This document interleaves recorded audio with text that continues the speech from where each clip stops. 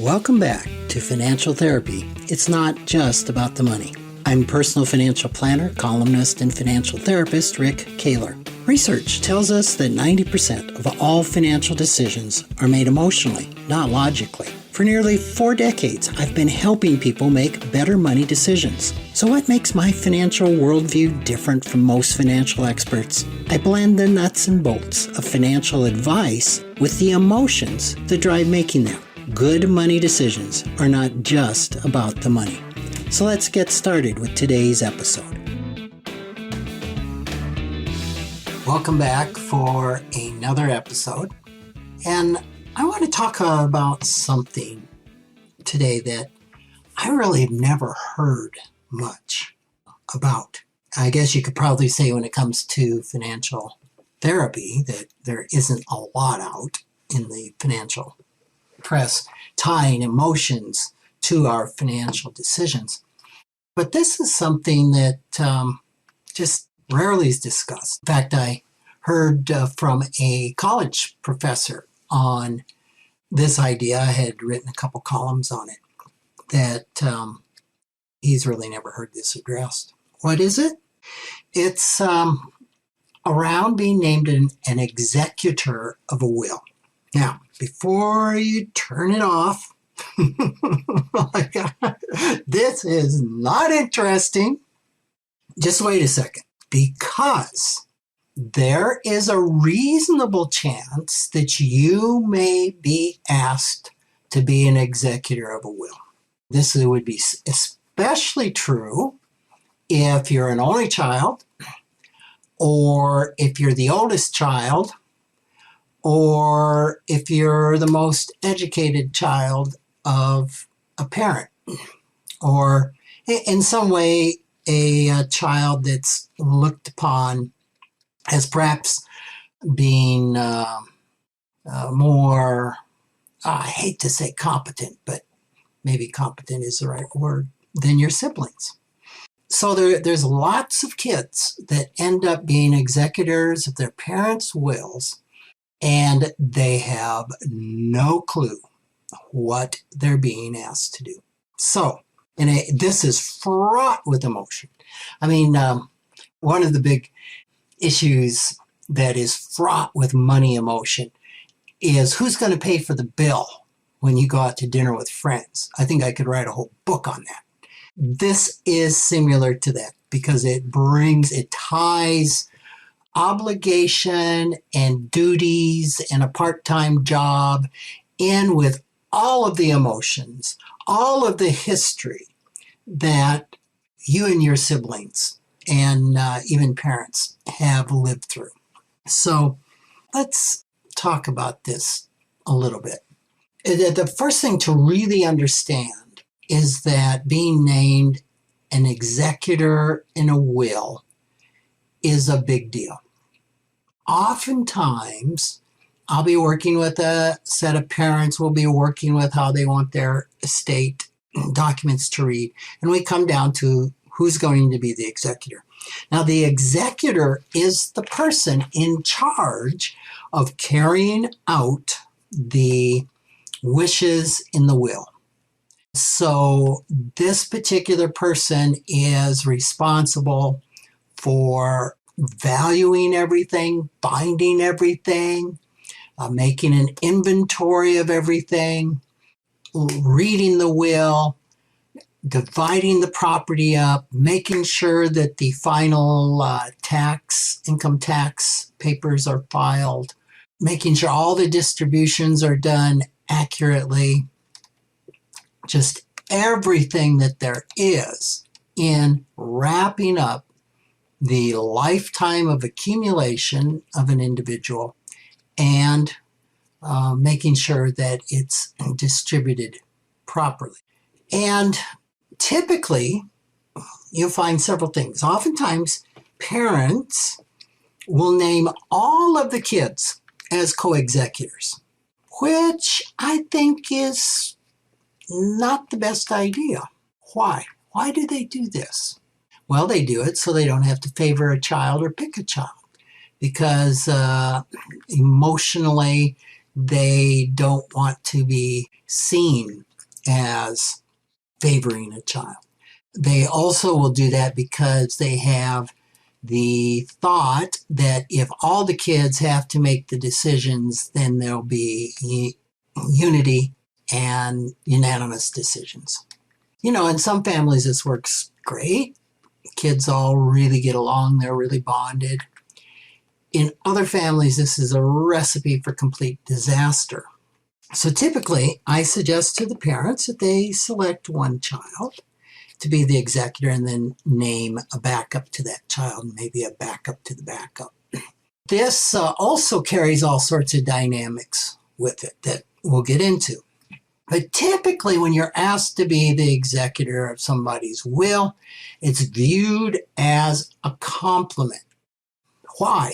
Well, because this is a person that they're saying, I trust and I feel is competent to carry out my wishes. And usually this person is a family member, sometimes, and usually a child if they're adults. If not, it could be another sibling or even a parent, but typically it is a family member. Rarely is it a non-family member. So when asked if, hey honey, I've named you executor in my will, is that okay with you? The receipt of that is an honor. Wow, they really think a lot of me. And so rarely have I ever known, I can't even come up with a case that a child said no. And often the time, it's not really asking, it's not really a request, would you be my executor? Oftentimes, it's just a telling, you will be my executor, or by the way, I have named you my executor. Oh, okay, thanks, Mom, thanks, Dad. And you don't have to let the executor know that you've named them. In many, many cases, the kids don't even know, the child does not even know that Mom and Dad named them as an executor of their will. This is problematic, and I've written a number of columns that parents really owe an obligation. I hate to use that word obligation, but they really owe it to the child to let them know, the executor of their state, to let them know that they've been named the executor, and then give them a lot of information that will be helpful to them once they pass. But, you know, this is one of the no talk rules in families. I'm not talking about the will. I'm not talking about what I own. I'm not talking about how much I'm worth.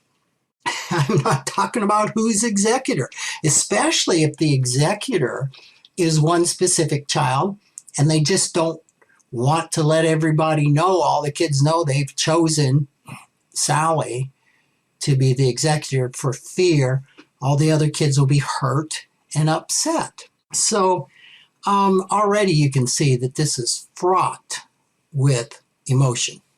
This is a business decision, and it's a business decision that gets all mucked up because of all of the histories and stories and feelings and thoughts that all of these people carry. So that's typically how it plays out. And the interesting thing is that in most cases, nobody knows, neither the parents nor the kids, the huge time commitment and the complexity and the liability that being an executor takes. And I would suggest that if both parties really understood what it means to be an executor, there would be more and more executors saying, no, thank you. Potential executors saying, no, thank you. Please do not make me your executor. And that's why this is so important for us to be considering. According to it's estateexec.com, it averages taking about 18 months to settle about 80% of all estates. So you might also be saying, well, my parents, they don't own that much. I don't own that much. How difficult can an executor be? Well, if you think about this, that 100% of people die, and it takes 18 months to settle 80% of that. And if you think about the fact that 70% of Americans live hand to mouth, they really don't have much of an estate to leave, that would suggest that there's more complexity here than we think, right? It's not necessarily all about how much stuff you have. You just can have anything, and the result can be time consuming. So don't think just because your parents don't own a lot or you don't own a lot that being an executor is going to be easy. Now, if the estate is bigger, if the estate is worth over $5 million, the average time will jump to double 18 months.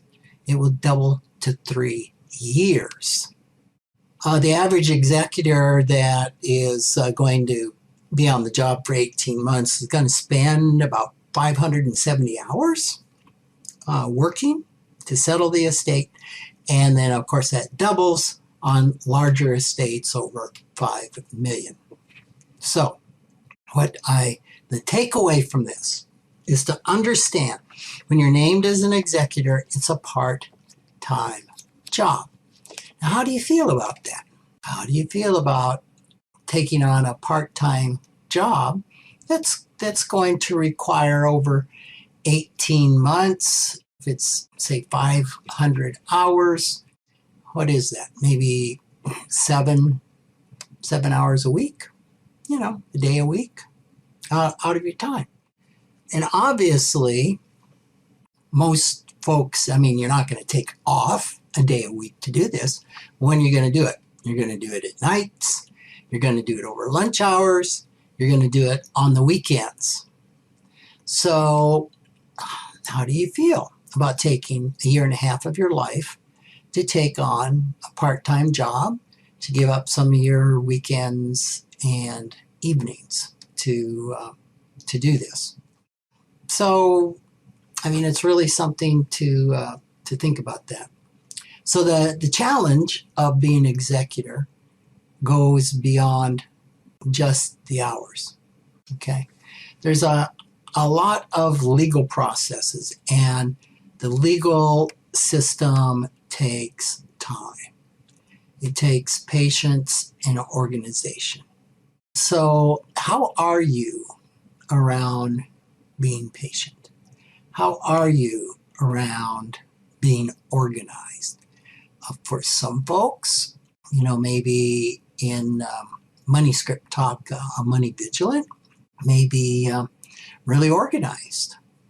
But someone who's a money avoidant, avoids money, may just really struggle with being organized and following all the details that it takes to shepherd an estate.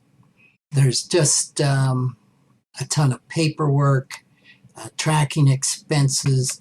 I think inventorying property. A friend of mine had a spouse pass, and the spouse had huge collections of stuff that needed to be sorted through and inventoried.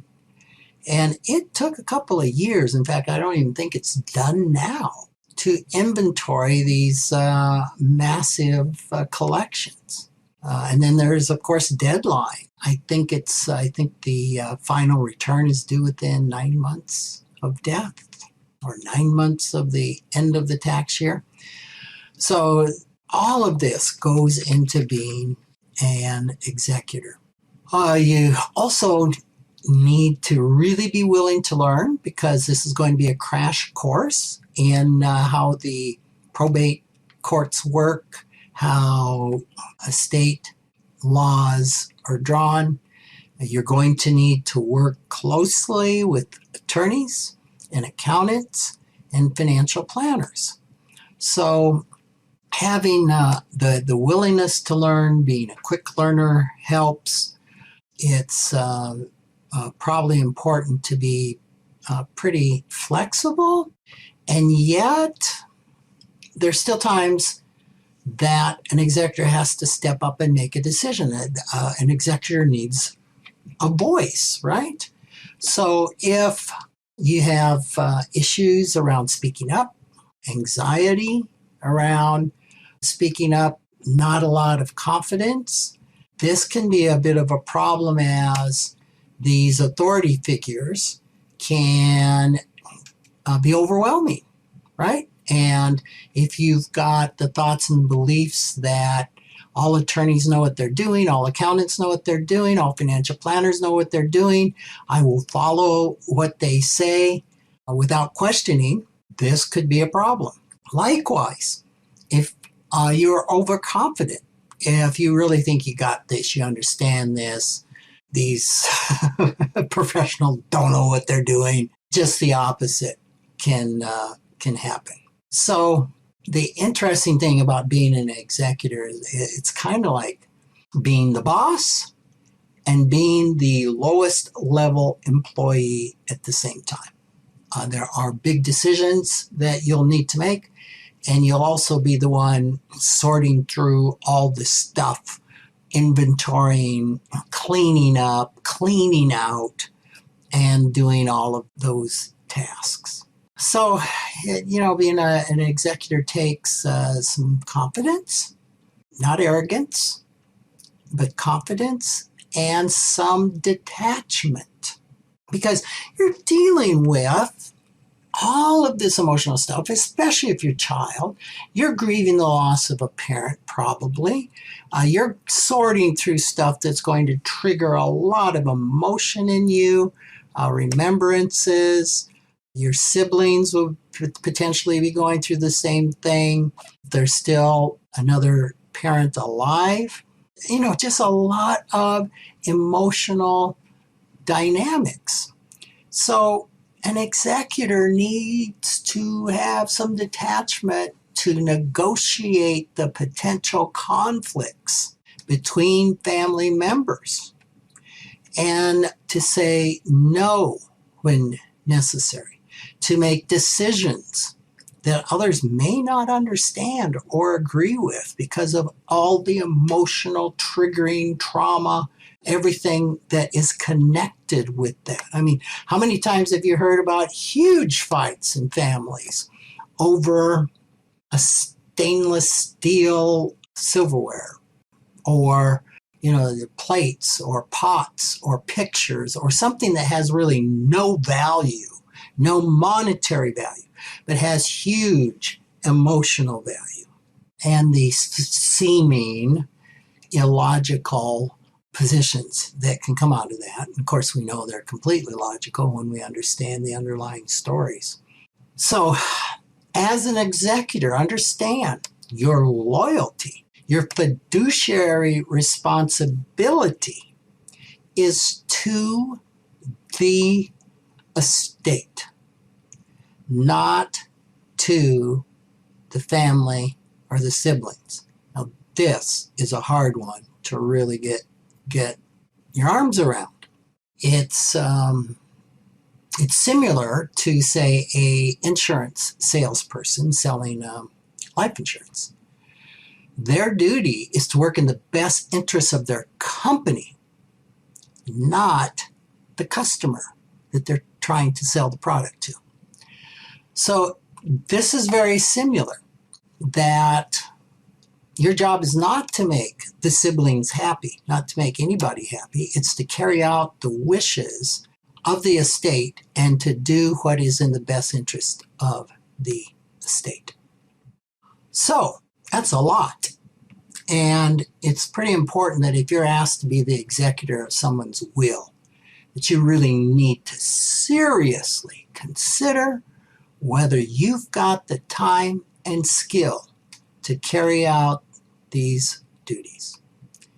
You need to have a discussion with whoever is making the will, typically parents, about their expectations.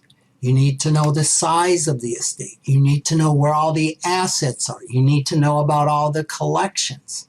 You need to know everything there really is to know financially so that you can assess this task, not only for the purpose of deciding whether you're going to do it or not, but also for the purpose of being ready.